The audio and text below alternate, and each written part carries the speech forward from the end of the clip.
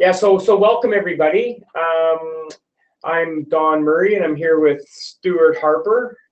Stuart's really put this deck together, and we're going to talk about FME obviously, and web services and web data integration. Yeah, and there's we've got some people in the background as well, Dave Campanis and Jen Thomas. Yeah. So they're going to be answering questions throughout the whole webinar. They're very knowledgeable on all of this. So if you have any questions, just use the panel on the right.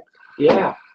Yeah. So rough agenda. We just wanted to firstly talk about the shift to web services, why it's happening, and then the challenges, because it's important to understand the challenges so you can understand how we've come about solving the challenges. Yeah. And then we're going to dive into FME specifically and looking at how you connect and integrate all of these web services. There's lots of new 2017 functionality in here, so we're talking about 2017 as well. Obviously, that was only released a month ago.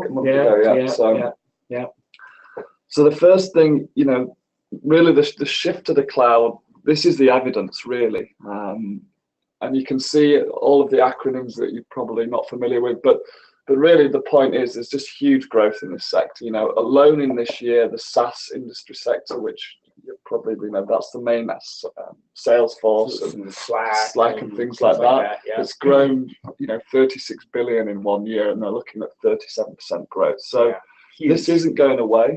That's really the point of this slide, and there's significant growth in all sectors. So why are we seeing this shift? I feel like this list gets longer every time we show it. Yeah, it does. It does. There's just more evidence, really. Exactly. Yeah. So I think the first two are tied, really, aren't they? The cost efficiencies. Firstly, the economies of scale. Yeah. The optimization that cloud providers do, such as Amazon and all of that sort of thing. But also your costs as well. You don't have to manage your infrastructure. Yeah, and really, if you're a company starting out today, you would never build a data center. I know it's safe. Our data center is half the size it used to be. Right. As we move more and more of, not just the data to the cloud, but also the applications. Now we run Salesforce. Yeah. We're moving our finance system to a cloud-based system. We use Slack. We use all these tools. We use Google Apps for our mail, our slides, our documents. Exactly. So I think that leads into the next point. Leading edge IT capabilities are now only available in the cloud. Yeah. So if you're a business and collaboration is part of it, but we're moving our our accounting system, and there isn't really an on-prem option. No. So you have to go to the cloud if you want a modern platform. Yeah, and more, we have people here too that work remotely. Yes. Either from at home or they're on the road and they need to. And when things are in the cloud, it feels like you're in the office. I know now we have VPN obviously for our older system. Yeah. And we have a high-speed link, but still, it's just an extra piece of friction. So security as well. So this security used to be the number one reason people kind of talked about not going to the cloud. That's quickly falling down the table, and actually for the people in the know, it's really a reason to go to the cloud. That's right. So and greater user control. For example, FME Cloud, rather than your IT infrastructure being controlled by IT, you're really in control in terms of how it works. Yeah. So we really already talked about this. Yeah, and this is just the technology that people use to build the cloud, and any system you're using today. The point is now these web-based applications, they feel like desktop applications, and these are just some of the technologies underneath that are making it all happen. Yeah. And in fact, when you're running Slack in the browser or Slack on the desktop, it feels like Slack is on the desktop, but in fact, underneath it's using the exact same technology. So, yeah. I think one of the interesting things though is, probably when I started here, like 10 years ago, there was only maybe 3 things I used, 4 apps, and now it's just a proliferation of services. So my data is spread out across all of these different services, much because I probably use 10 apps every day now. So that's a that's the fallout from this situation. Yeah. And also I used to worry about if my laptop got stolen. I wouldn't worry about the laptop. I just worry about the data on it. Now there is no data on it. Yeah. And so I still worry about my laptop, but now it's just more, I just like the hardware. So it's very interesting. So I don't worry about ransomware, because if somebody ever got in and locked my computer for the data, well, there's no data on it. Right. I would just wipe it and go again. So yeah. And other things that are happening from an FME perspective and just organizations, and data is starting to live on the cloud. And we're hearing about, Internet of Things, which is just, the classics of fridge, which I don't like that example, because my fridge will probably be the last thing I put on the internet. But I have Nest cameras, I have NetAtmo thermostat, thermometers and weather gauges and all these things. And now whenever I go buy a new gizmo, and I'm a gizmo guy, I always check to see, is there a REST API? And if one has a REST API or an API and one doesn't, then I always buy the one with the API. Because the key things about these apps is many of them are razor focused. Yes. And the value now is using integration tools to bring them together so they can work together. So the Internet of Things is a big deal. Sensors. Really, that's all it is, isn't it? Yeah, I mean, everyone says Internet of Things, and that's kind of the new buzzword. But really, it's sensors, and we're very good at connecting to sensors. That's right, because they all have REST APIs, and that's So we don't. So that's that. Yeah. And here's one that my daughter and I, she's 16, we've been playing with, and this is this Cloud Bit Starter Kit. Now, this is for $99. You get this thing that can connect to the cloud, build your own Internet of Things. Yeah. And we're playing around with a sound monitor, but for $20, we've ordered a motion detector, and we're going to build this device. You could put it, imagine you have an old, an elderly person you're worried about. Yeah. You could build this thing for $100, put it in the kitchen, say, and then you can have it pings to FME Server, and with FME Server or FME Cloud, and if FME Cloud sees it, then they would know they're there. And if nothing happens till 10 a.m., you can get an email or whatever saying, hey, Granny hasn't been in the kitchen in the morning. So and it's just so simple. So it's a great prototype kind of thing. So I'm pretty excited about that right now.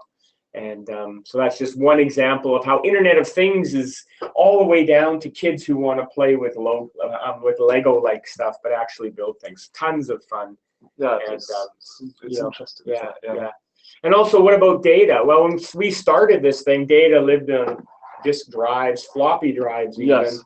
And now database is on premise, but now the data lives in the cloud. And if the data lives in the cloud, then web services, and web services are in the cloud, then you want to integrate things. Yeah, your integration platform should be in the cloud as well. Exactly. Yeah. And our stick it safe is leave the data where it is and then connect to it.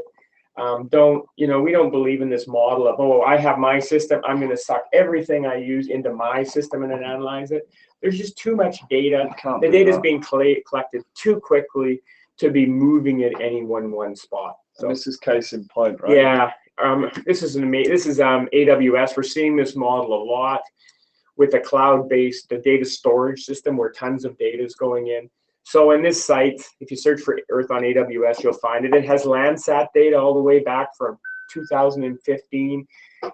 Petabytes of data. You have NextRad data. You have terrain data. Yeah. And then you think about folks like Planet that are going to have planet-wide coverage every day. Yeah, I mean, you just can't keep up with it. No. So we work hard to make it easy for you to leverage this data. Yeah. So that's one thing. So we had web services, we had data, and so that's why. Yeah. And then this is really the big challenge, isn't it? I mean, this is just a small sampling of the number of applications that are out there. What did you do some research and how many were? They think about over 14,000 APIs now. Yeah, and clearly there's not even 1% of them up there probably. Exactly. Yeah, it's just these are the big boys, but it's just interesting to show. And each of these, do something different. Many of them are completely razor focused. There's some integration ones there as well, but and what's the common theme that you need on these? Yeah, I mean, they all have to have an API, right? Yeah, and so exactly. You don't want to leave all your data up here because then you've just got more of a problem you had on premises. So you need to access this data. You need to sync systems. Yeah. And you need to load data into these systems as well from other systems. That's right. Because that's the thing, originally when we're talking about moving data, we're talking about on-premises to cloud, but now we've already done that. And so now we're getting bored of our first round of cloud apps. Yeah. So we're moving from cloud to cloud. Yeah.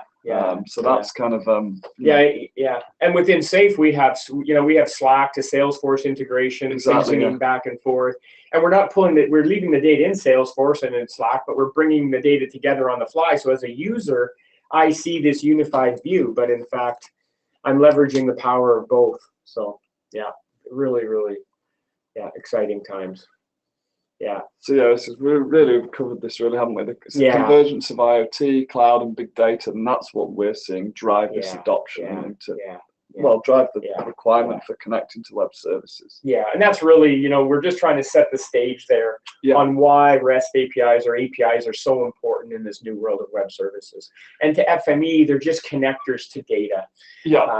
I can't tell, FME can't tell what's behind the REST API. If I send a request and I get value back, FME doesn't know whether that was at a sensor I was pinging or was at a database. It just knows I sling some request and then I get some data back. And so it works really well. Yeah, and there's not too much to say on that. Really, it's just about, it's another interface for customers to provide their services and their core business logic.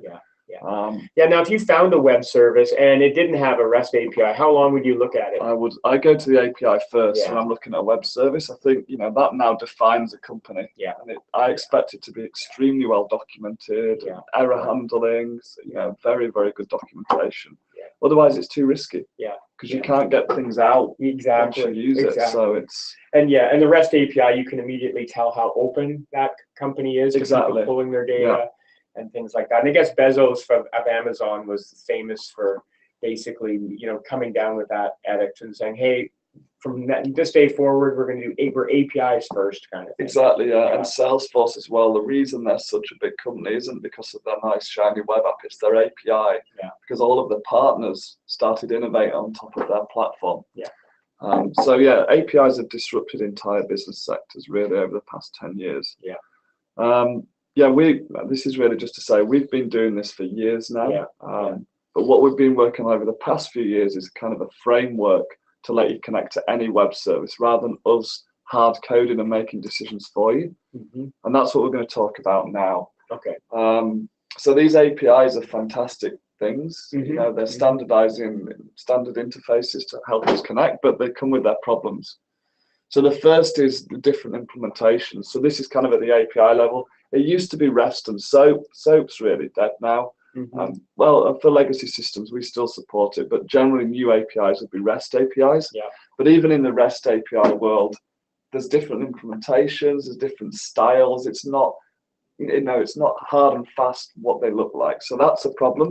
The next is the evolution of them. So how long did an Oracle database used to last? Like the life cycle of it? It would be 5 years minimum. I mean, we still have clients running 10-year-old Oracle databases, right? Right. So, APIs, when we're talking months, years at the max, but we've seen, API versions roll every couple of months. And that is a risk for sure, right? When I'm running on premise with my Oracle database, I get to decide when the database changes and the API changes. Whereas in the cloud, you have to be more agile and rely on tools that basically do that for you. And so that's another push we've been looking at, is to bring agility into our tools so that they're not tied to release cycles.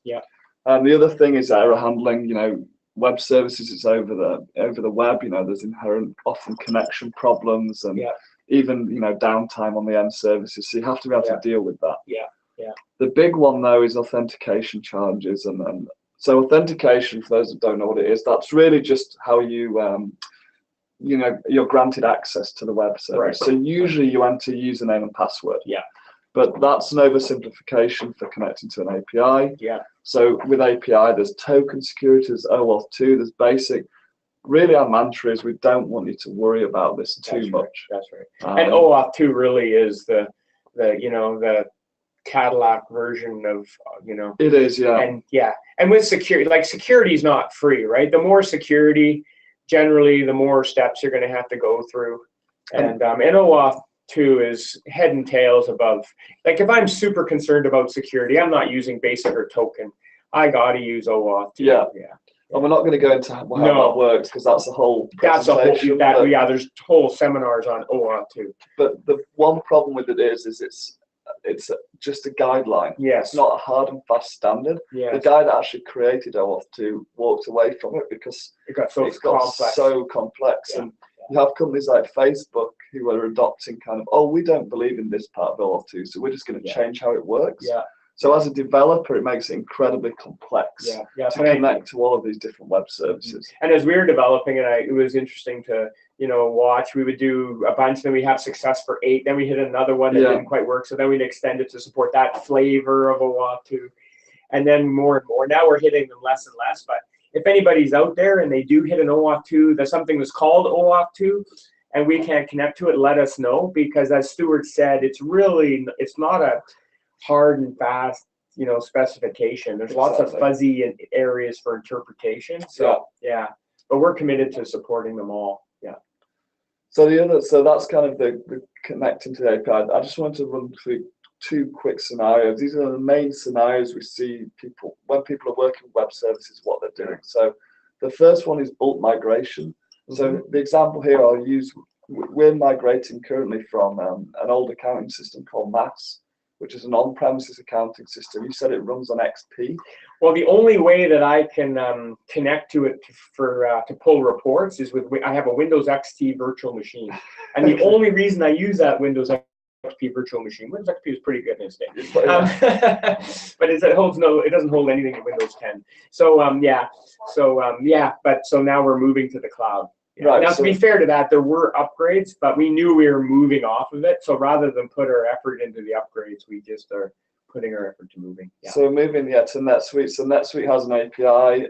MAS doesn't. So it has CSV export done, I think, in XML or something like that. So what we've got here is a big bulk migration challenge. We've got to do all of our attribute renaming, schema modeling. So this is one scenario we're seeing, the big one-time run. The workspace might take a month to build to do the one-time migration. And it supports XML, which is nice because we're glad you mentioned that. I love XML. So if anybody's got XML questions or challenges out there, please send it. We even have a special email account, xml@safe.com, Still going. and it will go right to me. So there you go.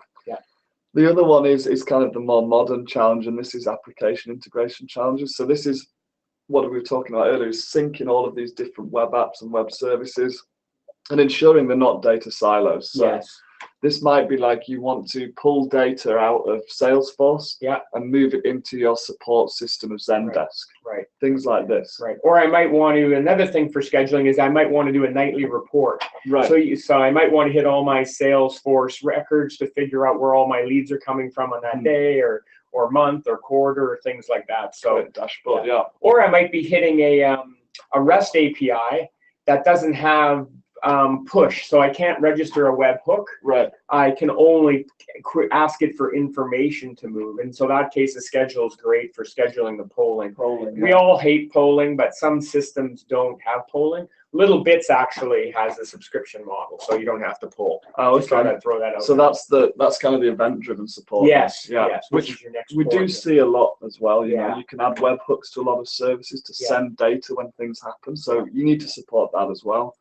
And also, really, if you've got an app integration platform and you're integrating with web services, you want to be in the cloud. You don't want to have the integration platform on-prem as well. So, okay, so let's now dive into FME and see how FME goes about solving some of these problems. Great. So the first thing I want to talk about is kind of the built-in support that comes out of the box for all of the top web services. You know, we've looked at the top, say, 20 web services, and we've built built-in support using readers and transformers. And this handles all of the authentication, the agility of them, and it's handled by Safe. So you don't have to write any code. You don't have to write any code or do anything, and we'll see that in a minute. And this is what's new in FME 2017 in these built-in connectors. So we've got Autodesk 360, Dropbox, OneDrive, Planet, Click Maps, Sentinel-2 on AWS. Yeah. Tableau's now available natively on Linux and Mac. Right. Yeah. So we're going to be adding these. We're going to be adding these going forward. I mean, there's always demand from our customers. Yeah. So that's kind of new in 2017. But as I said, there's over 14,000 now. Yeah. There's no way we can do. Yeah. I'll be 185 before. Exactly. Yeah. And the developers will have lost all their hair. Yeah, which is a bad thing. Yeah. So how are we going to deal with that? We're going to talk about that later. Talk about later. One thing I want to talk about first is web as a file system. Yeah. So this is I'm going to dive into FME. So let's just pull FME up here. Okay, that's good. So all I really want to show you here is I can now add a reader in here. Yeah. And so for any file-based format, CSV, Excel, XML, JSON, any real data set where it used to reside locally, shape, shape, you choose a disk. Now what you can do, so I'm going to choose CSV. Okay. Now I can come in here and I can select from the web. Wow. So I can choose, well, you can read the list, but what I'm going to do is go for Google Drive. We're adding, I think, S3, Amazon soon as well. Yeah.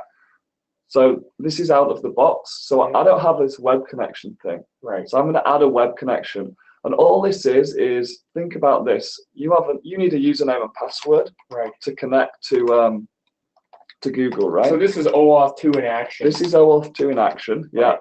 So what I'm doing is I'm going out to Google and I'm saying I want FME to be able to access my Drive account. Right. Now, can FME get the user password or any of this information? No. So this is all encrypted now. Yeah. And what's happening is I'm just authenticating with Google, and then Google they're going to give back a token here. Okay. So I'm saying, yes, FME would like to view and manage these files in your Google Drive. I'm going to allow that. Yeah. FME gets a token back, and now I have that. FME has that token, and which you see your Google Drive. And now I see my Google Drive. So I can go in here now, web services webinar, web as a file system, and here's my CSV file. Wow. And then when I click in here, parameters, you can see, so it does actually cache this locally. Yes, of course it does. Yes, it has to, because we're doing fopens and that sort of thing. And some of the things up there are they're just a blob that you can get the whole thing. So yeah. And that's really the same for any data integration company. You can never leave that up there and do processing. It just doesn't work. You have to pull it down. So that's cool. So that's in readers and I think some transformers as well. Yeah. A feature reader. So that's powerful. So that's really the first step, because that works with all of your existing data. Yeah. The next thing I want to talk about in more depth are these web connections.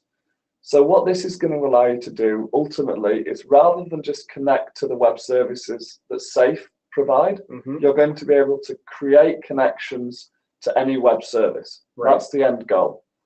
So these are actually, most of these were shipped with the product. But web connections, so what I want you to think about here is, when you're connecting to an API, there's two main steps. The first step is the authentication, which we've just seen. Yes. And that's really what web connections takes care of, the authentication. And then once you're authenticated, you need to interact with the API. Yeah. So they're the two steps. Yeah. So we'll talk about web connections first. So how do you find web connections? So remember, these are just the authentication objects, really. Yeah.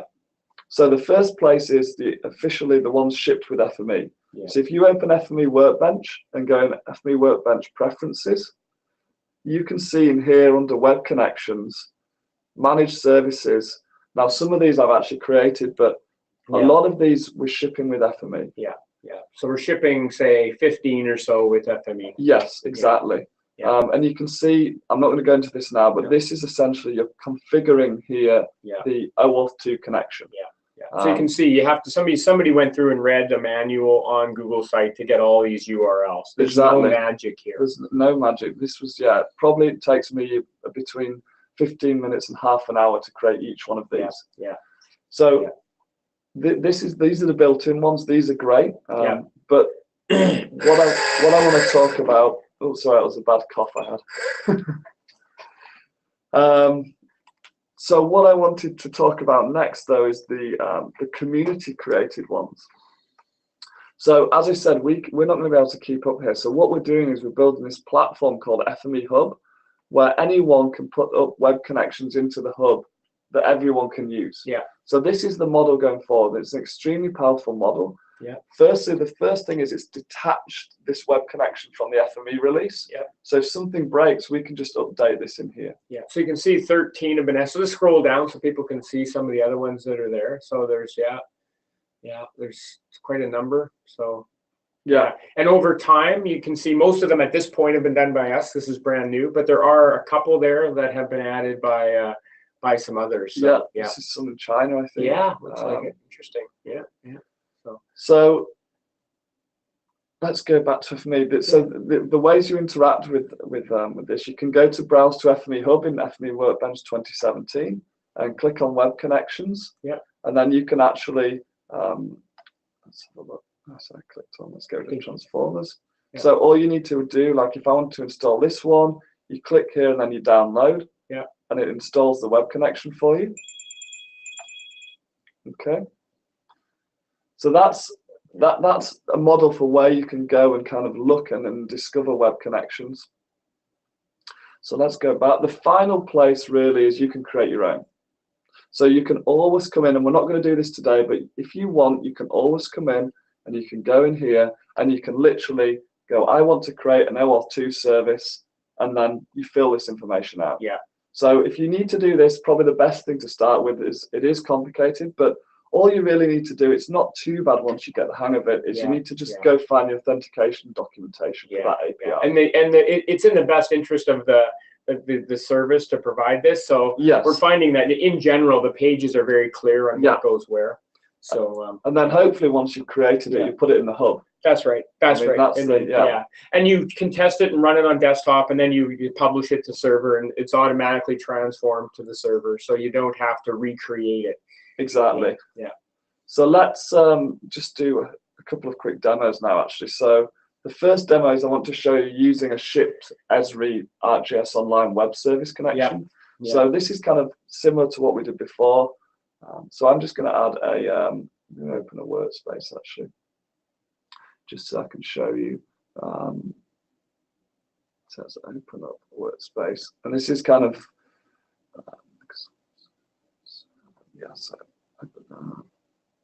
so within FME there's an ArcGIS Online feature reader, so you can read in features from the ArcGIS Online API, and you can see here there's this ArcGIS Online connection. So this is red at the moment because I need to create this connection. Yeah. But where's that connection coming from? So you can see if I go in Preferences here, under Web Connections, under Esri ArcGIS Online, this is one we ship with the product. Yeah. So what we're going to do now is use this web connection to basically create our own connection object that we store. Right. So let's add a web connection here. Right. We're going to get this dialog again. Right. And now we're talking with ES or Esri. Yes, exactly. Yeah. And again, so I'm going out to Esri. They're going to say, yes, this person's given the right username and password. Here's a token, and now I'm authenticated. Yeah. So this is good, and this is just pulling the features in directly as features into FME. You can start using them immediately. Yep. So that's the first model. The second model is, I want to show you a demo. Let's just save that, where we need to do a little bit more work in terms of interacting with the API. So in this demo, we're actually going to use a connection off the FME Hub. Okay. So we're going to connect to Strava, which the reason I picked this, I mean, it might not be the greatest kind of business-focused app, but it's simple. And it's and it's sort of just an example of a consumer. Exactly, consumer API. Yeah. So let's have a look at the API to start with. If I go here, they've got a really nice API doc. Here down the left, exactly what I would expect to see. So we need the the URL here. It's even got the curl request, which is nice, and it shows you the response. This is what I expect to see now. Mm-hmm. So I'm just going to get all of my activities, and you can see here for the Geo Geeks amongst you, it returns an encoded polyline in the JSON. Yeah. So the first thing I need to do is get that Strava web connection from the hub. Yeah. So I'm just going to go into FME Hub here. Yeah. And I can just search for Strava. Yeah. Okay, so this is Strava, and here's all the help on how to use Strava. Yeah. So I'm going to download this. Okay, so that's imported Strava. Yeah. And so what that means is now if I go in here, under Web Connections, you'll see that Strava's there. Exactly, so Strava's here now, but wait, it's not fully configured. Right. I need to set this client ID and secret. Yeah. And so the client ID and secret is a little bit complex to explain, but I'll try and explain it. So as a developer as a platform developer on Strava, so Strava need to know who is connecting to their API. They're not just going to let anyone connect to their API. Yeah. So what you essentially have to do is you need to go create an application as a developer on Strava. Yeah. And say, this application called FME Workbench is going to be connecting to your API. Yeah. And then what Strava can do is per app, they do rate limits and all things like that. So when you've created this application, and this is the same pattern for all apps, you get this client ID and client secret. Yeah. So all you need to do when you download something from the hub is fill in the client ID there and fill in the client secret as well. Yeah. Which I'm just going to copy from there. Yeah. Yeah. Okay, so that should be it now. I can save that. Yeah. Yeah.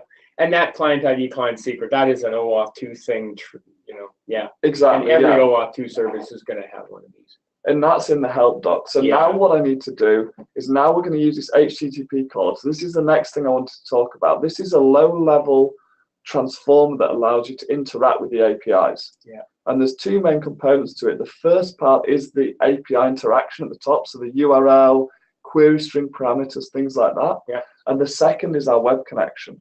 Yeah. So now in 2017, I can add my web connection in here. And so it's actually Stuart's Strava account, this. It's storing my username and password. Yeah. And so now you're talking with Strava. Now I'm talking with Strava. Lots of password memory here. Yeah. Sorry. Let me switch case there. Okay. Fingers crossed. So that just went and got my token. Save the token. Yep.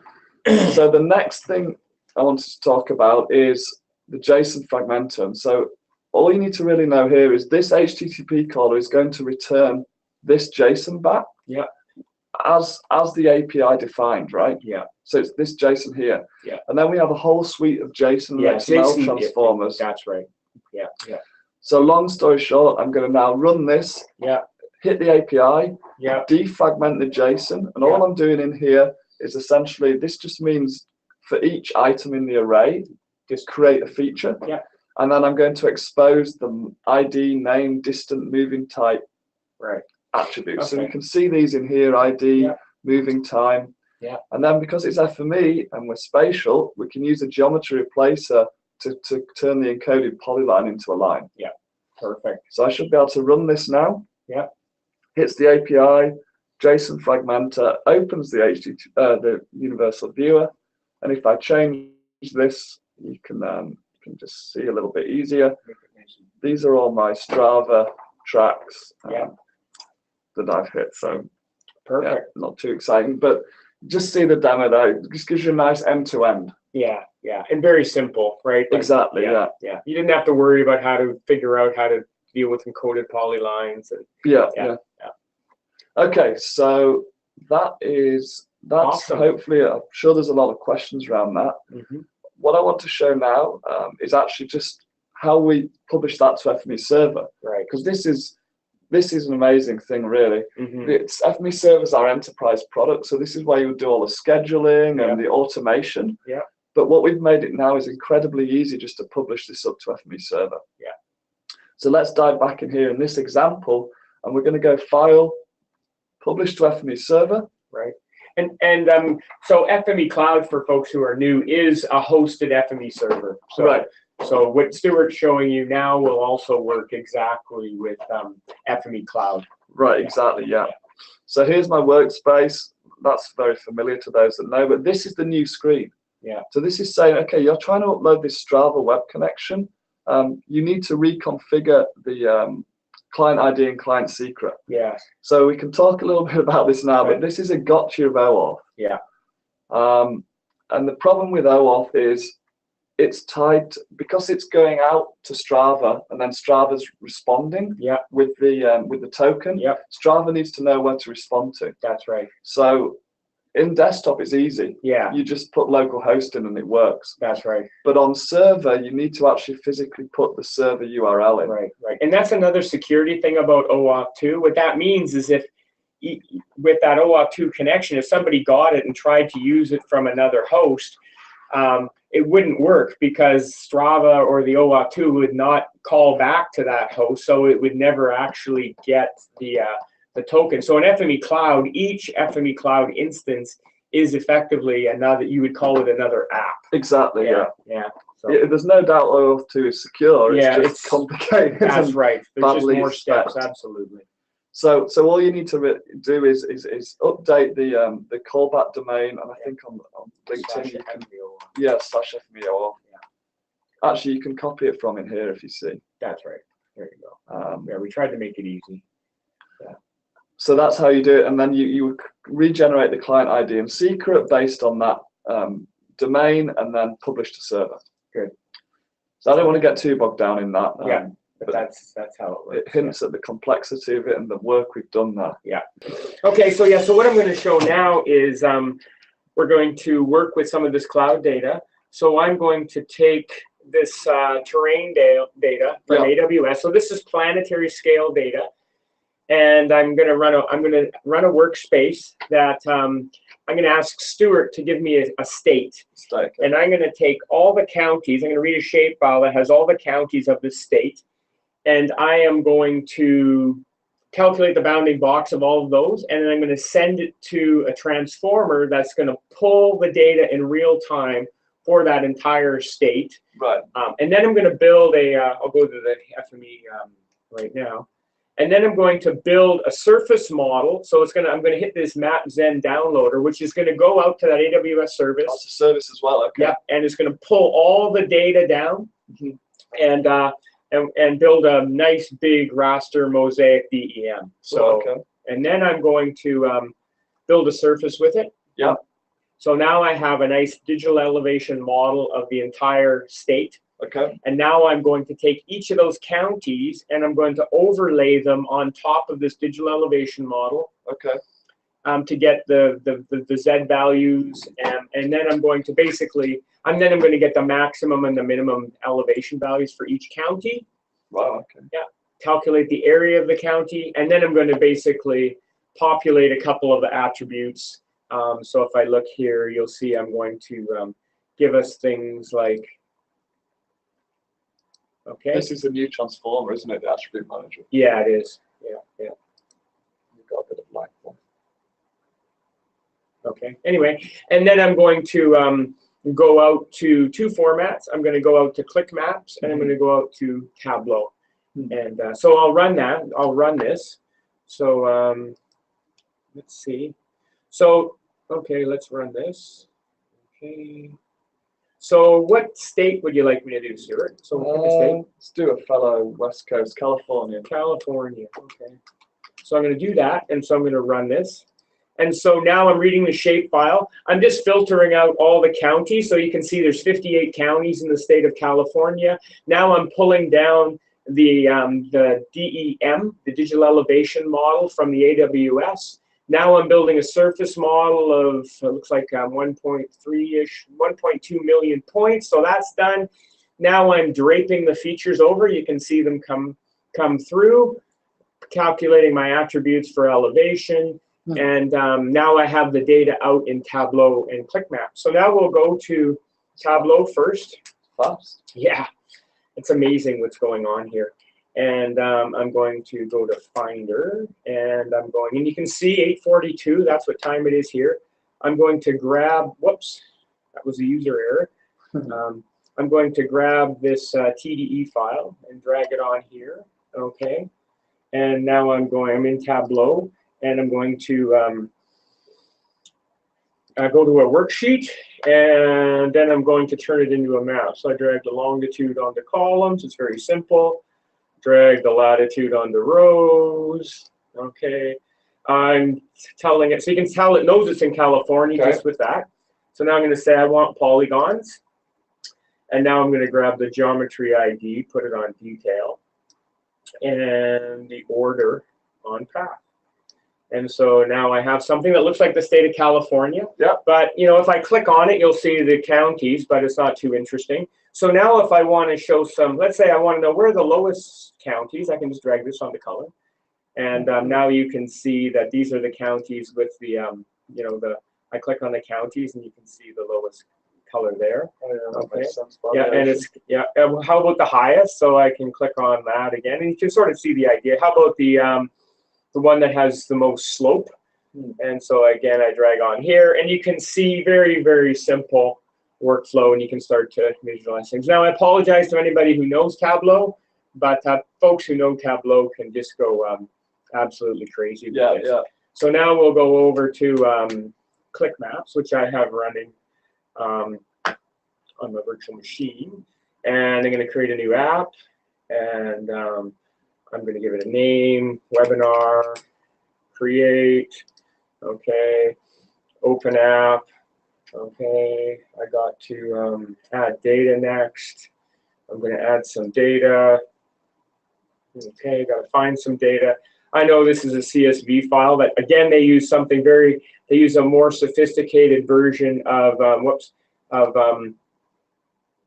encoded polyline. Okay. So we have a Click Maps encoded polyline in FME. D. Murray, that's me, desktop, counties, there it is there, double click. Okay, so now it's going to open this, and there's the data there, and okay, and what have I done? Did you open the, is this the one you read in? Yeah. That's right. Yeah, it's the right one. I just don't know what I did wrong. So I'll do that again. I got excited. I clicked the wrong button. But again, I apologize to folks who know these tools. Yeah, I know them well enough just to simply click on things. Not in the Click Maps thing. So now it should be loading the data. Anyway, I apologize to. What am I doing wrong here? Add data. Okay. Select all fields. Okay. Oh, there we go. The old window was off the bottom there. I was like, where's that load data button gone? Okay. So now I simply say edit the sheet. And I click on this to tell it it's a Click Maps object.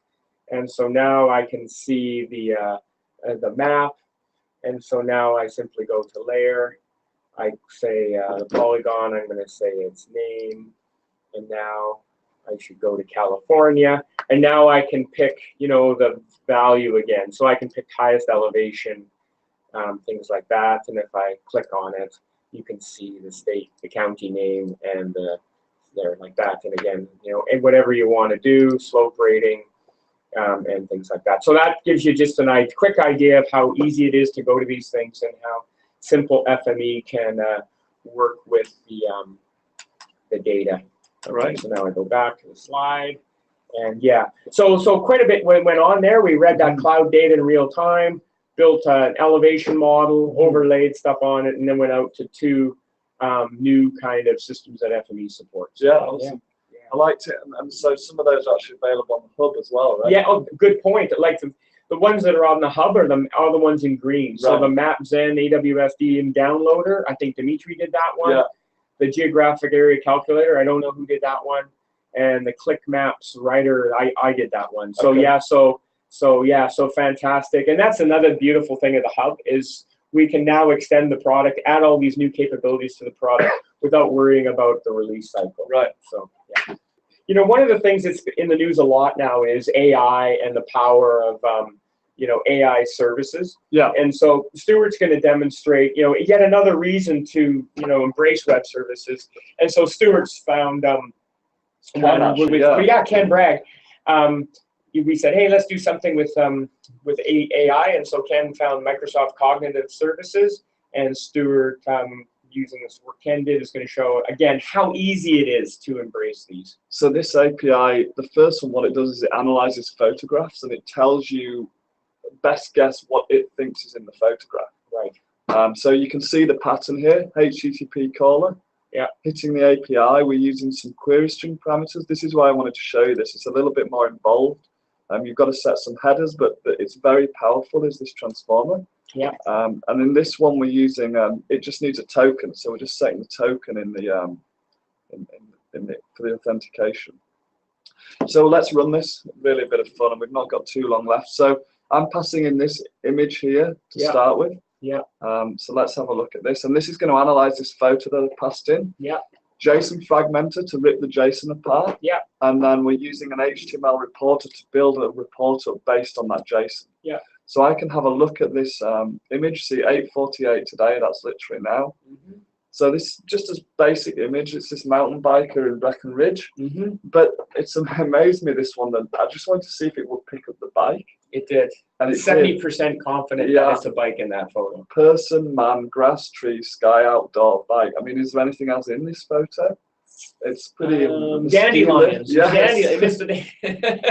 So it's fantastic. I mean, it got grass. It's just amazing. Yeah. It's amazing, and to code this yourself, obviously. Yeah, yeah. And the nice thing is these services, because you're using the web services, Microsoft isn't just sitting around doing nothing. Exactly. These AI services are getting better and smarter, all the time. So. And you're actually offloading load to another server. That's right. So you need less hardware. That's right. That's right. So the next one we've got is the emotion API. Yeah. And so this is it looks at a photo of a face, and first it guesses their age, best guess. Yeah. And then it tells you whether they're happy or sad or. I mean, I couldn't believe it when I saw it actually. So let's have a go with this one. These are kind of fun. They're just fun, yeah. But it proves the point. It's this pattern. Yeah. And this template is on the hub. Yeah. So if you type Microsoft on the hub, you can find this template. Yeah. So let's have a look at this one, age and emotion. Oh, there you go. Oh, I love XML. Yeah. It says I'm only 41% happy. Yeah, maybe it's because you blurred. Yeah, it's almost like that was somebody used Photoshop to make that. You need to smile a bit more. I know. When you're writing XML. 49, that's about right, yeah. Yeah. So yeah, it's very impressive, and it is actually, it's got more accurate, right? Yeah. We ran this a month ago when it was a different age, which was less accurate. So it's interesting. Yeah. Yeah.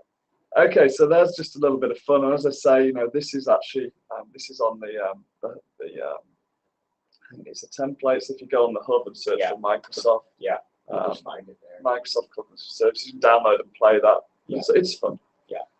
And we encourage everybody, like anybody can put things on the hub too. Yes. You don't have to be, you just sign up and you can put any of the work you're excited about on the hub. Exactly. I'm certainly going to push the little bit stuff that I'm working on right now on the hub because, hey, everybody we want everybody to have a fun. Yeah. Yeah, and then you're going to see more targeted business ones go on the hub. It's just a little bit more involved to get those up. Yeah. But they will come. Yeah. So we've got the World Tour. Only a week away now, so we're visiting 70 cities. And some are going on right now outside of North America. Right. Yeah. But in North America, it starts in just over a week. Yeah. Yeah. And then we've got the UC as well in Vancouver. So we're really looking forward to that. So if you're interested in coming to Vancouver to learn more about FME and hang out with FME gurus and just things that people are going to share, the amazing things they're doing with FME, both on the World Tour and on the UC. The World Tour, check to see if it's coming to a city near you. The event is free. There's a great lunch. And we guarantee by the time you leave the end of the day, you'll have a really great idea of all the amazing and crazy things that users are doing with FME. And it's just a lot of fun. Exactly, yeah. And actually at the UC, I'm doing a 3-hour workshop on this. Okay. On web services. Awesome. More advanced, obviously, involved demos. Going into looking at JSON in a lot more detail, how to split it up and use it. So I'm doing one on Docker. So if anybody's interested in Docker, I'm going to be talking about what Safe's doing with Docker. If you don't know what Docker is, then come to the UC. Yeah, come to the UC or look it up. Exciting technology that's going to enable us to do crazy things, even more crazy things. Yeah. So yeah, that's thanks for listening today. Yeah. So I don't know if you've got any questions. Let's have a look here. We can talk through if people want to say, but really we're wrapping up now. But we'll go to let's have some questions. Let's make this a bit bigger. Okay, to get the link to that site of the product, you can make your own things. Yes, we will. Oh, yeah, that question. Yeah, somebody asked about get the link to that site that can show their own things, and it's littlebits.cc. Okay. So if you type that or just Google Little Bits, and you will see that site. It is amazing. It's a ton of fun. If I wish I was 14 again. My daughter is, you know, she's 16, and she just thinks we're just having fun. That's cool. Having fun, and it's so easy to do. So. Oh, there's an interesting one. How long does the typical token last? Yeah, that's great. Really, it depends on the web service. Yeah. For FME Server, we can generate, you can specify how long a token lasts. And then some systems also have, you can support multiple tokens. And so you can give, like for some systems, I could give you a token that lasts a week. I could give somebody else a token that lasts a year. So some are infinite, but if you look here in the web service connection as well, there's a refresh token parameter. So this URL here, and what happens is when the token expires, FME Server automatically calls this. On desktop, we don't call this. You're just running it manually on desktop, right? So you're just going to re-authenticate. Yeah. But on server, we're going to automate that. Yeah. So that was a good question. Yeah. So will the workspaces be made available? Absolutely, we will make them available. So and any questions? If you go to our, you can send an email to me at safe, dcm@safe.com, or you can just go to our front page and live chat or leave us a message. That's the easiest way to get in touch with us for sure. Yeah, someone's asking about specific, do you have a web connection for analytics? Do you have a web connection for Flickr? Do you have so, you know, we can follow up with these because the answer is no, but, you know, as I said, 15 minutes, half an hour for me to create the connection. Yeah. And so we're keen to hear what you want to connect to. Yeah, just let us know the connections you want and we can work to... Google Analytics, I'm almost sure we can. We do, it's out of the box. Yeah. It's out of the box. Because it's just the same Google login. Yeah, and we have SharePoint readers and writers. We have, Yeah, so I think... that's good. Yeah, that's it. So thanks for listening, everyone. Yeah. Thanks, Stuart. Yeah. And so let us know any feedback on web services or anything else with FME. We're, you know, as you can tell, we're pretty excited about this new area. Yeah. Okay, thank you.